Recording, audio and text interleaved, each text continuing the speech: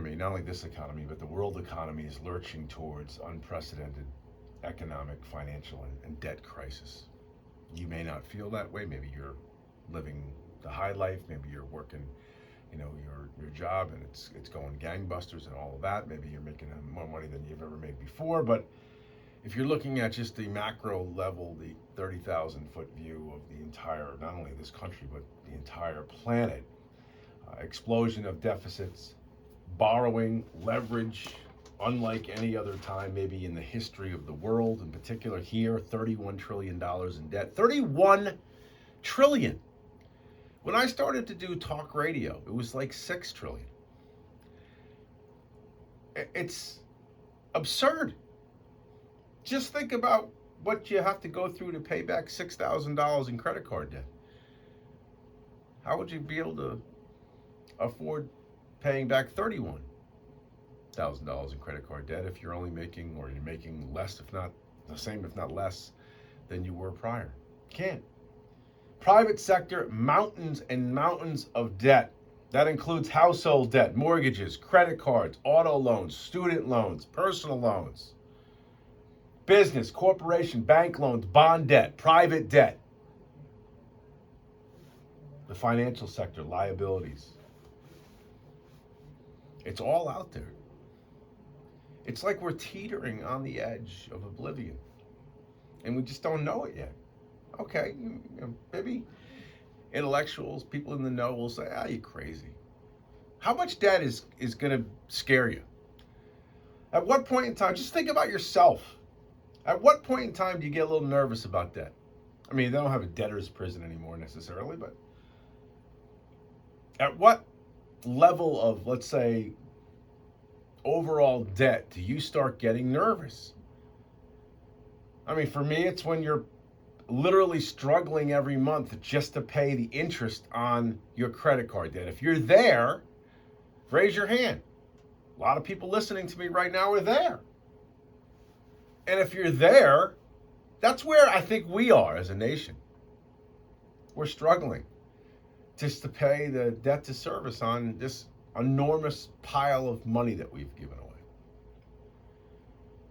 The public sector, you've got central, provincial government bonds, formal liabilities, implicit debts, unfunded liabilities, pay-as-you-go pension schemes, health care, all of that, which continue to grow, by the way. These are not going anywhere. These are getting bigger, not smaller. Right, when you think about, we have conversations about, let's say, statewide pensions and unfunded liabilities that we owe. And they did their best to try to wrangle that and get that under control, but it's not as if it's getting smaller. The workforce in the state of Connecticut isn't shrinking drastically, right? We did change the tier system, which was completely not viable, but we're not really in a great state in the state of Connecticut. And the governor, I'm going to talk to Red about this a little bit later on, is talking about cutting taxes. When they get the new numbers in as far as, I think, what people made in the state of Connecticut this year, they're going to have no choice but to raise taxes. But the overall global figures are staggering. Total private and public debt as a share of gross domestic product rose. Are you ready for this? 200% in 1999, 350% in 2021. And the ratio right now is 420% across advanced economies around the globe, 330% in China. I'm going to say that again for you. All right, the total private and public sector debt, okay, as a share of the gross domestic product rose from 200% in 1999, which is bad, to 350% last year to 420% now. So if you go back to 1999, we're more than twice as bad as far as shape goes as we were then. Here in the United States, 420%, which is higher than during the Great Depression and during World War II. What are we doing with it? Why are we in such bad straits? Okay, COVID. You're going to say COVID, but we were traveling down this road to ruin before COVID hit. COVID just pushed the turbo boost button and got us there faster. That's all happened with COVID. COVID made us dig into our pocket and spend $6 trillion more dollars, essentially. It just basically, was that final car breaking down at the end of a terrible run of bad luck. And you had no choice, but you had to figure out a way to get transportation to go to work. Right? That seems like that's an accurate depiction of that. But other than COVID, what are we racking up debt over? Like, like I've been telling you, it's consumption. We buy stuff. I mean, if you look at your credit card, and Christmas is coming, and it's going to be same old, and people are going to hold their breath and do it again. We're just digging this bigger hole, right? Just digging a bigger hole. So a lot of folks will say debt can boost economic activity, right? Borrowers invest in new capital, machinery, homes, public infrastructure, right? So if you take out loans to produce stuff, that's okay, right? I mean, there's at least some light at the end of the tunnel. You're creating something. You're building something. You're building a house. All right, well, now you've got something. But when you're borrowing for the luxuries of life, now you've got an issue, right? I mean, because if you're borrowing if you're a town and you're borrowing for public infrastructure, okay, that yields high returns than the cost of the borrowing. And if you can figure that out, that's sort of the hiccup that we always seem to forget. Conservatives seem to forget about that. And that was a little bit of what I was talking about yesterday. There are certain things that you invest in that actually pay you back over time. I mean, the highway systems would be one, right? So where would we be without the highway systems across the country? We'd be driving around on dirt roads. It would be a horror show. But we made an investment. And that investment has led to us reaping tremendous rewards with a highway system. And of course, there's upkeep to that. It costs money. But there are certain projects that make sense, that are worthwhile, that we should, as a collective, invest in. And infrastructure is certainly one of them. Defense is another. Some folks would argue education's another. Okay. Where you can get more bang for your buck. You put something in, you put one in, you get two out. That's great. The problem is we don't have a lot of success with that. We have too many cylinders, too many bridges to nowhere on the ledger to make that work. But much borrowing goes simply to finance consumption spending.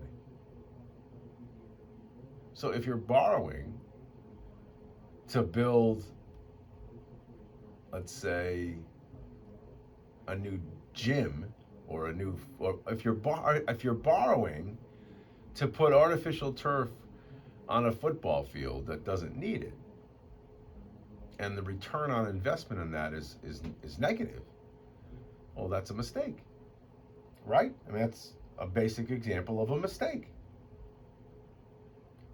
So you can't finance consumption spending. That's a bad idea. In other words, you shouldn't be borrowing. If you've got a nice television, you shouldn't be borrowing money to buy a television because it's the next level up. If you've got an iPhone 13 and it works fine, but the iPhone 14 comes out and you borrow money to buy the 14 and the 13 works fine, that's borrowing for consumption spending. And unless you're using the iPhone 14 for work, and it's going to make your work more productive, you've made a mistake. You've gone into debt. Bad debt. And a government that's spending the money on white elephants, extravagant but useless infrastructure projects, that's wasting your money. The explosion of unsustainable debt ratios imply that many borrowers, households, corporations, banks, shadow banks, governments, and even entire countries were insolvent zombies that were being propped up by the low interest rates that we had for a long time. That's why you feel as though maybe the collapse is coming. During both 2008, the global financial crisis, and the COVID crisis, many insolvent agents that would have gone bankrupt were rescued by zero or negative interest rate policies. But now inflation, fed by the same ultra-loose fiscal, monetary, and credit policies, has ended the financial dawn of the dead. With central banks forced to increase interest rates now, and again, they're going up today, in an effort to restore price stability. And we were talking with Hans Despin about how raising the interest rates is actually really not hurting rich people. It's actually hurting you and me, because rich people don't need to borrow money. Okay, I mean, as far as just getting through every day. But interest rates go up, an effort to restore price stability. Zombies are experiencing sharp increases in their debt to service ratios, as will the nation. Our debt to service ratio will go up. This represents a triple whammy, because inflation is also eroding real household income and reducing the value of household assets. What you had that was worth X a month ago is now worth Y, and the Y is not as great as X. So your home value is down, stocks are down, everything is down. Same goes for fragile, over-leveraged corporations, financial institutions, governments. It hits everything. It doesn't just hit you. It doesn't just hit me. It hits everything. These developments are coinciding with the return of stagflation, high inflation alongside weak growth, happening as we speak. The last time advanced economies experienced such conditions was in the 70s. Today actually, we are facing the worst aspects of the 70s. Stagflation shocks, a global economy that is being battered by persistent short and medium term negative shocks over and over and over again.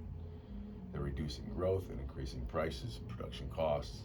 All of it is happening at once. These include the pandemic disruptions, supply of labor and goods, the impact of the Russian war with Ukraine. All of it is having impact on commodity prices. China's increasing disastrous zero COVID policy, although they've changed that here in the last couple of days, and a dozen other medium-term shocks, from climate change to different geopolitical developments, have had an effect on all of the stagflation that's going on. So unlike the 2008 financial crisis, and in the early months of COVID, simply bailing out private and public agents with loose macroeconomic policies that simply pour gasoline on an already open fire. So